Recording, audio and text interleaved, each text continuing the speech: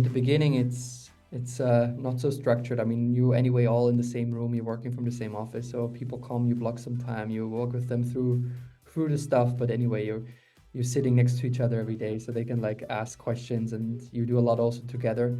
But by now at our size, we have already quite a structured onboarding process, meaning like we have our checklists, we have someone else doing like the general onboarding with the tools, with certain processes. We also block times then for like our kind of department heads, or like a wide range of the leadership team, who gives them a run through our claiming department, our sales department. If, for example, someone outside of sales, if it's like an engineer, they also get like a little crash course on how our sales was working, or like the market we're active in, the customers we're selling to, how we're selling through brokers, how the claiming in the back end works. Because at our size, it's very relevant for everyone in the company that they know how things are working. For engineering, because what they're building is touching or is related to all those processes too, so they need to understand it. But for example, if someone joins in finance, right, they need to understand like why an invoice looks like it should look, or why like they need to maybe pay out a huge batch of claims, and they could also spot if something's wrong. So we do a lot of those deep dives, and then also try just to spend time with them, because at the beginning there are a lot of questions coming up, and we tell them to ask all the questions, even the stupid ones. And we also, what's really nice at the beginning, that really paid off, we have also some check-ins on a cultural side.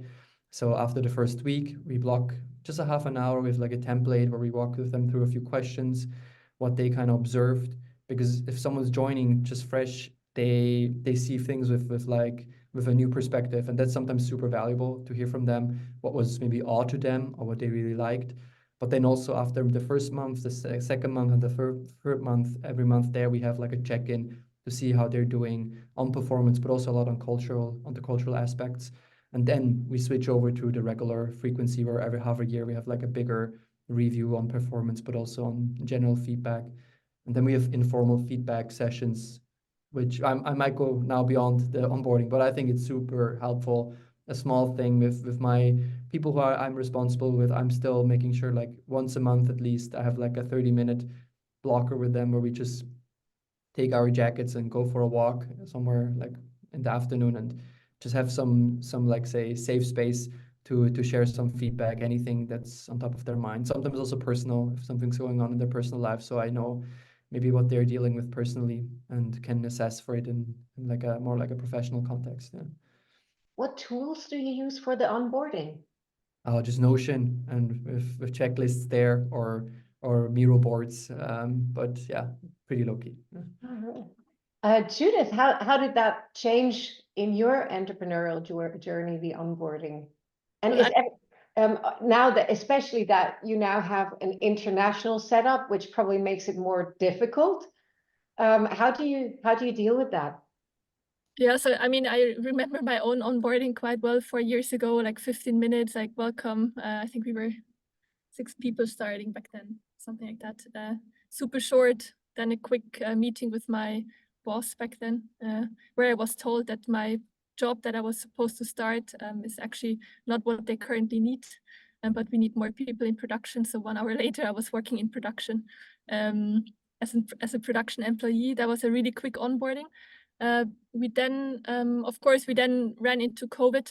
So I can't even remember entirely what we did on the onboarding in that time, but then pretty early on, I would say latest 2021, probably, we moved over to a quite extensive onboarding, and we're still doing this until today. We have basically every month, like 1 month, basically like a 1-day onboarding for all new employees together, like a light onboarding, and every second month a real onboarding session where we have 2 days where all new people from the 2 months come to Kemptal, to our facility, meet the team in person also. So we also basically get in our team members from abroad for this, including the team members from Holycode.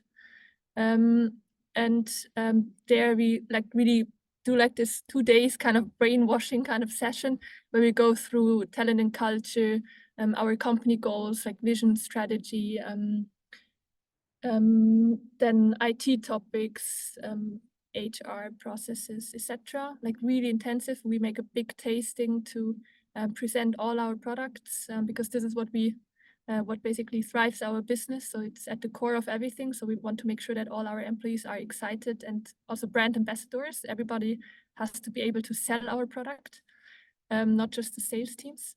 And we kept that, and for us, it's a very successful setup. People are super motivated after these 2 days. Then of course, it's up to the coach how to get these new team members up and running. We recommend to have like coffees with all the relevant contact points within the company to get to know each other really quickly, because I think if you have some sort of a personal relationship, it's much easier to also deal with conflicts or with critical situations. And then you set OKRs for the probationary period, and then at the end of that period, we do a review with a feedback session, etc. Thank you. Laurent, do you do it any differently, or how did you approach that topic? So at Movu, everyone that joined worked in customer care for 2 weeks. That was the first thing you did, because if you don't understand the problems of our customers, there's no point of being a part of the company, because you're not going to solve the right issues, right? That was really the message we were trying to drive.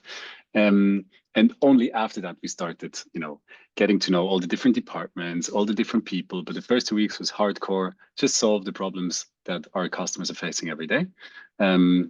Which for some people was easier, and for some people was harder. Not everyone is made to work in customer care. So yeah, it was not a walk in the park for most people. Now at Holycode, we're a company that has 4 different markets with 5 different entities. So saying everything is the same would be a complete lie. It depends also on the team that they're working in.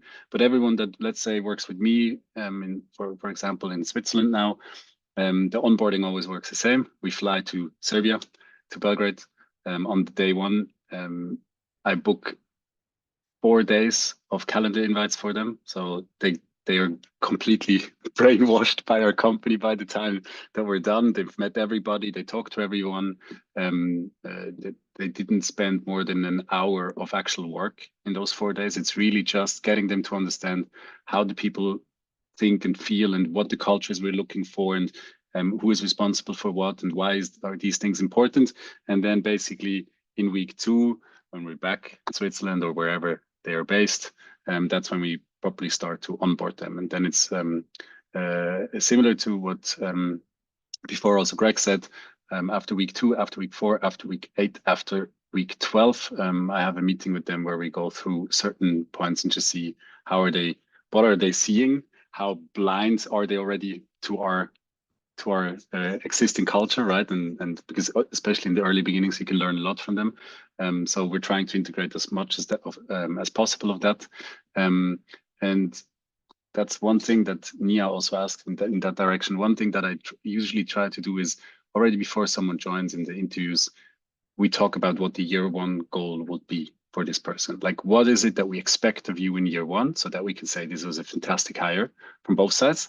And we start shaping that in the first couple of weeks in all of these meetings. Like, okay, is this really where we're going? What do we need to do to get there? So we can already work on the goals, on what they're supposed to achieve, right? And that I found helps a lot, which is something earlier we haven't done.